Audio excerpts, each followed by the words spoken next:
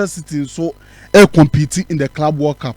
Osha last season Manchester City standard under Pep Guardiola no and normal answer that ankoye anfa momo. Omu di third Champions League no mu free in the playoff. Omu lusu the FA Cup final. Carabao Cup no oman kwani mu biasa. Eti Community Shield no kwa na kame se trophy bia Manchester City for a season no. Omu hwe omu so omu team no AAG, particularly the midfield section. Eti ohwe January now omu di Nicolas Gonzalez eba shame. In the summer transfer omu make it 2 important signings. Eti ohwe Manchester City a omu yes some changes in the midfield. As a first na Fernandinho, David Silva, Kevin De Bruyne, and a movie to Rodri and a Gundogan, Kevin De Bruyne, na Bernardo Silva, so etumi ababe shemu. They say Gundogan enyini, Bernardo Silva enyini, Kevin De Bruyne so abedin a farewell to the club. Internet say omutumi ye some changes bi wo ho. Into omu the Tijani Reinders, formerly of AC Milan, and Ryan Cherki, formerly of Olympic Lyonnais, ababe she team nim. Boss player Osha Tijani Reinders na hwe Ryan Cherki in Tijani Reinders Manchester City ebenya an all action number 8. An all action number 8. All action number 8. Yes. Or no, in terms of say oye bibia e wo park no so for a midfielder. Obetumi aye bibia asa de bibi kra asa kan ho. In Ryan Cherki you have a creative player and a creative midfielder. The Biameka say in top 5 European leagues, you know, open 2 players pa very creative. Bakuya Ryan Cherki and Abakonso Alex Baena, the old Villarreal, another creative player pa. It's in Ryan Cherki, you know, a creative midfielder. In Tijani Reinders, you know, boss player, you have an all action number 8 on also Ebabeshe team. The antin I'm saying Tijani Reinders all action. Yeah, and woman. In terms of goals scored from open play, not Tijani Reinders at also 7th or say 10 goals in the Serie A last season. In terms of chances created, not Tijani Reinders are creating 47 and also not also 17th. It was Oshe goals and also creating chances. In terms of passes completed in the final 10, 467, not also 5th in the Serie A. It's a choice of sabo pass pa. In terms of dribbles completed, and also Tijani Reinders 36, now Otosu 18th in the Serie A. It's a choice of obetumi afabo on the atwe, and also obetumi afabo on asadi anante. And so catch say on receiving those tight areas now, obetumi receive ya down watcho. It will say goals or pass onimtwe.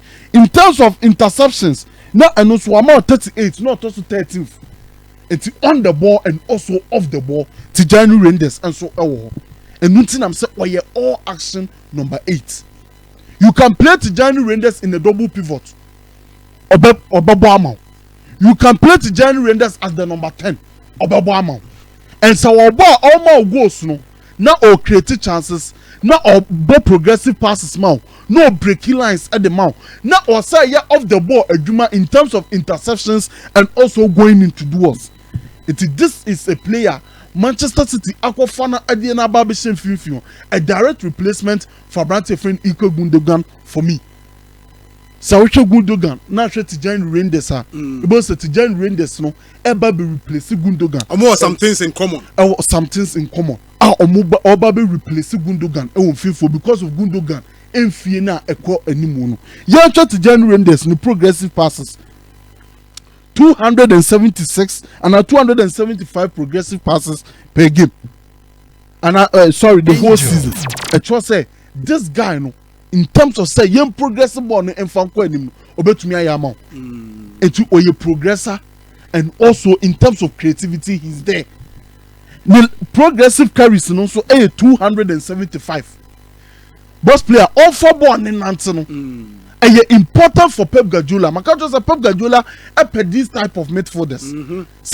Midfielder obetumi age ball no traffic ni mu won obetumi the ball na nante. Adia fani pa ba ku mienu miensa ho because sana e ball no ama no to me beat opponent in a defensive structure.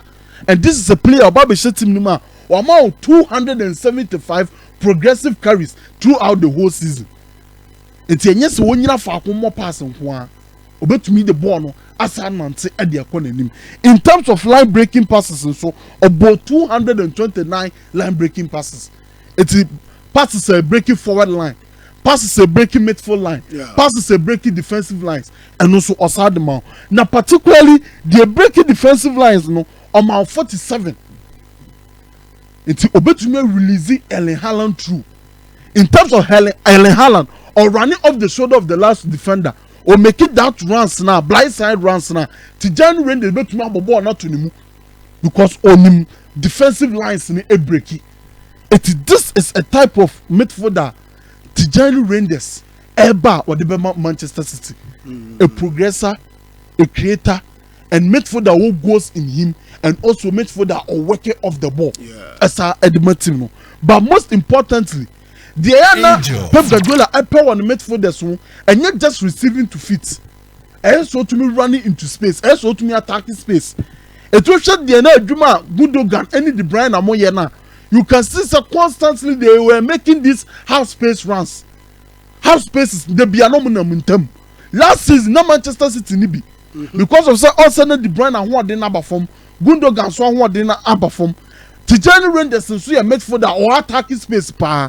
It 05 mami images nimi enu near had there. You see Tijani Renders obe who space now, obe attacking space no. And in this instance, Ocha team my friend Manchester City as space normally a tabie because omo you so omo wingers in the target touchline normally be opponent to them. It is a Savino elbow on the right winger. Ojibona fullback never step it. Fullback never step it. Petokro kakraka da ho. Sao tokro na da ho. Na Pep Guardiola expert say player no that's how have space in him. Aba running through that space. And in Tijani Renders, a player on him how about attacking space no. He will attack that space. It will at AC Milan. Yeah. Once the space in the hole and all running into the space. Another example. Once the space in the defensive line, he is running into that space. No, to me, Akwakoshego. And this is a player of fitting Pep Guardiola system no perfectly. What did the boy in between the lines? So bet me down at the ball and until bet me at what did the deeper? He can progress the ball. He can break lines, and or send him say. Or say attacking space, you know. And don't be saying say or a type of player, man, or say or a box to box midfielder. Tijani Renders. For me, so what can I mean describing? I mean, make catch us all action midfielder. But so cause or no say or a box to box there, then he's a technical box to box player. Technical in the sense say he can receive in between the lines in those tight areas, you know. He can receive there. Obet me a dribble in those tight areas, you know. It's technically he's very good. This is the player Tijani Renders Edeba. Yes, I say Club World Cup. No, but to me adapting, not to me settle into the team, not to me studying the role now Pep Guardiola Edebemano because Pep Guardiola here that type of player. It's 05 mami saw 4 images no near her there. Both last season space in the hole. It's Dogu, Doku or Jibona fullback in the bar space in the Dutch road. No Obian running. In Tijani Renders now, Obenya a player about running through that space. It is a Doguja Bono. Now draw fullback and that's space in the bedawa. Tijani Renders or better right half space in him. Constantly he will be making those runs. Savio Nsua constantly he will be making those runs because he knows how to attack the space. That is one midfielder Manchester City for Ediababe in terms of say omo midfield reforms now omo an all action midfielder, a technically gifted box to box midfielder in Tijani Renders, and the other one also a creative midfielder. Ono kwa babo ball no obehwe start after the match no amount be 6 key passes. Rancheki e kamia say ne pass bi obebo bia e ko create chance. That is how good Rancheki is. It's a boss player from open play. In all competitions, we're creating 100 chances. This season, all competitions from open play, set pieces and count. Rancheki out creating 100 chances. It's a choice that this guy, ne eye for pass. So all tread the ball through, all splitting with defenses. No, the guy no on him side any. It's a France and Spain nibi. France and Germany nibia. Particularly when Spain or bad game no utumu society wom Oba game ni mo be create 2 chances. That is how good the guy is. He is a creative machine. Me say oni Alex Bayena in terms of say he create chance there, omo ye very good. And that is how Ryan Cherky is. And the Rangers no ABB but Cherky no in terms of say own create chance man no. This is the player who go say low block, who go say mid block, be omo stubborn, omo compactor.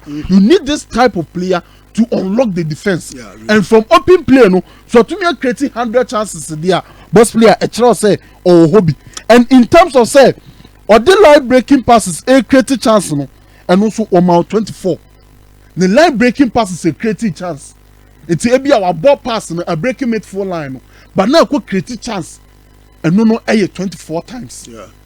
That is how good Ryan Cherky is. And boss player, it is not just about say all Jinawa passing kwa, but also all carry ball no edia konenim no. Ryan Cherky and so to me at the year at the mount. It's in terms of say chance creating carries no or you 20, emu 17 LED to shot, emu 3 LED to goals, and emu 2 LED to assist.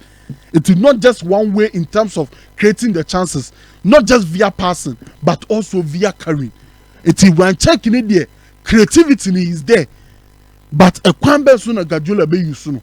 Obey you soon in the sense that Obama running after half spaces in Musa attacking space because Pep Guardiola the sign of pen midfielders this time. Or person the midfielders a dummy space invaders. Running through the spaces are constantly giving overlapping and underlapping runs and from a team. No. It's in Ryan Cherky. You better acquire Pep Guardiola from the Club World Cup and area pre-season and onto the next season at the Manchester City. But the problem is one why defense. The defensive numbers no boss player will form. Cherky. Unlike Rangers now more on defense no. Cherky no and more on defense. And so more on defense so about how pressing no. Kevin De Bruyne no more on defense pa. Kevin De Bruyne no more in pressing pa.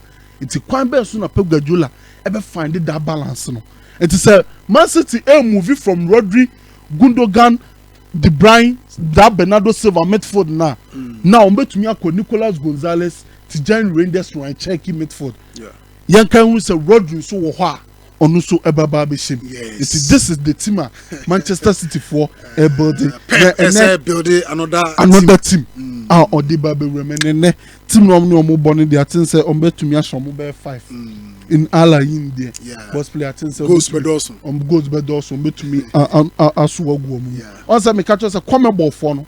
Omna me hu so me Europe for. Be more tough time pa. Hwenna they flew the year Dortmund. They dominated them. Now come to me some decent chances to convert yeah. Benfica Juma Boca Junior did yeah. Palmeiras domidi year Porto for. In terms of say omo bet to me a match Europe for na come ball for. Yeah, Sundowns also make a statement. I make a statement. Almost why are there power with a very good win. Although say omo opponents in there we expect say omo me show.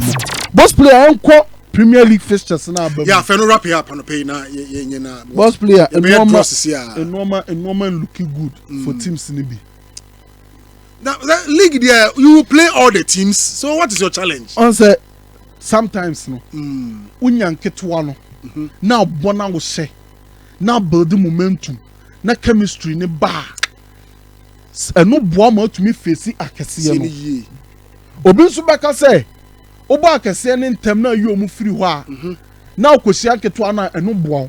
Ba me pene say obabo nketo no. Na boa mo watumi ahu ho ano. Oh, now build the confidence. Now build the chemistry. Now san we share akese for no. Eti for example Osha up to 4 ranking no mo ye na. In terms of fixture difficulty no. Chelsea 4 at the 15th. It's for per omo ratings no. Chelsea 4 o per omo fixture na enye den kura omo na edaso 15th. Edi enti na enye den. Chelsea ebebo Crystal Palace wo home. First match. Crystal Palace was Stamford Bridge. West Ham United away. Oria ababebo Fulham home. No about Brentford away. No about Manchester United away. It is that first 4 matches no. Chelsea bet to me their stadium ho dey no. New players are mabam no able to me as settle in. na atumi aboa team no na build that confidence and san no makwa kwisia Manchester United but what the Manchester United dey ne ba boss player Man U ababo Arsenal first match day team out was second our person G League no our also improve team no Manchester United and then nebebo Man U ria obebo Burnley a fairly easy affair for team and friend Manchester United ria wakwa Etihad akwa kusia Manchester City eti first 3 matches no wabo Arsenal ria asa kobo Manchester City ria wasa kwa kobo team my friend Chelsea Chelsea efie enye for Manchester United Matheus Cunha eba possibly Brian Mbeumo subeba on better number 9 on better 1 or 2 players defense and midfield. These players will need time to settle be here time the best settle and some more settle here this lower opponent who didn't bro so to me assume sene be about building team chemistry about building understanding but what they are just saying now the Arsenal na boss player what the Man City any Chelsea mo na start here I think say team your friend Manchester United kura and Ocha Arsenal so almost perfect difficulty no almost that second almost bo Manchester United we almost bolis no ma ko bo Liverpool it was no obo Man U abo Liverpool o we are no ko bo Nottingham Forest no asabe bo Manchester City. It is the first 5 fixtures in the I say your top matches are ebe but what teams ni be about what teams ni be for Chelsea about boom because more lower opponents and some of Makwa share Manchester United for Manchester United more because 4 tougher opponents woman be see and Sakura no Makwa ko bon keto na edidi wo manim the same applies to team and friend Arsenal but although for Arsenal no omo the same team more chemistry need that 1 or 2 additions maybe and be it almost how additions no we are expecting say a bit improve team no unlike team your friend Manchester United Liverpool so almost in terms of fixture difficulty boss player the 5th Liverpool Bournemouth in fear we are or Newcastle away or Arsenal when home no about Burnley away no about Everton I think say this is a fixture Liverpool for defending champions to me and navigate through. It's in terms of fixture difficulty there. Many opta for no dream. Man U for no the adding. Arsenal so the end but Arsenal there consistency no in terms of somebody to me navigate through there. Navigate through and almost performance against the top 6 England and was 3 years per. It's Arsenal they expect them say to me get some points but Manchester United and I'm a concern no boss player in terms of almost signing sebebem anyhow to me settle in na to me aboa teams no it's boss player say sana English Premier League net here La Liga for na etwa omo Serie A de omo de aba La Liga etwa omo so say omo so de omo de beba na ehu se na ebesi aye one guy say so abede farewell to Espanyol fans no nti etwen say the announcement from Barcelona not officially no BBI kama until now they were bid farewell to Espanyol into what bid farewell it means deal near done and Nico William there no and one quality HH no and yes sika Barcelona ekwaku tria na problem Barcelona be to betria but on person generate fair play and sana omakwaku tria ska no on person be kwaku tria na player na ba no mu hu kwan a on be fa so register no into Nico William then the key updater e wo no testage montia say no mo sese o mo no mana and what team. Okay, Biggie.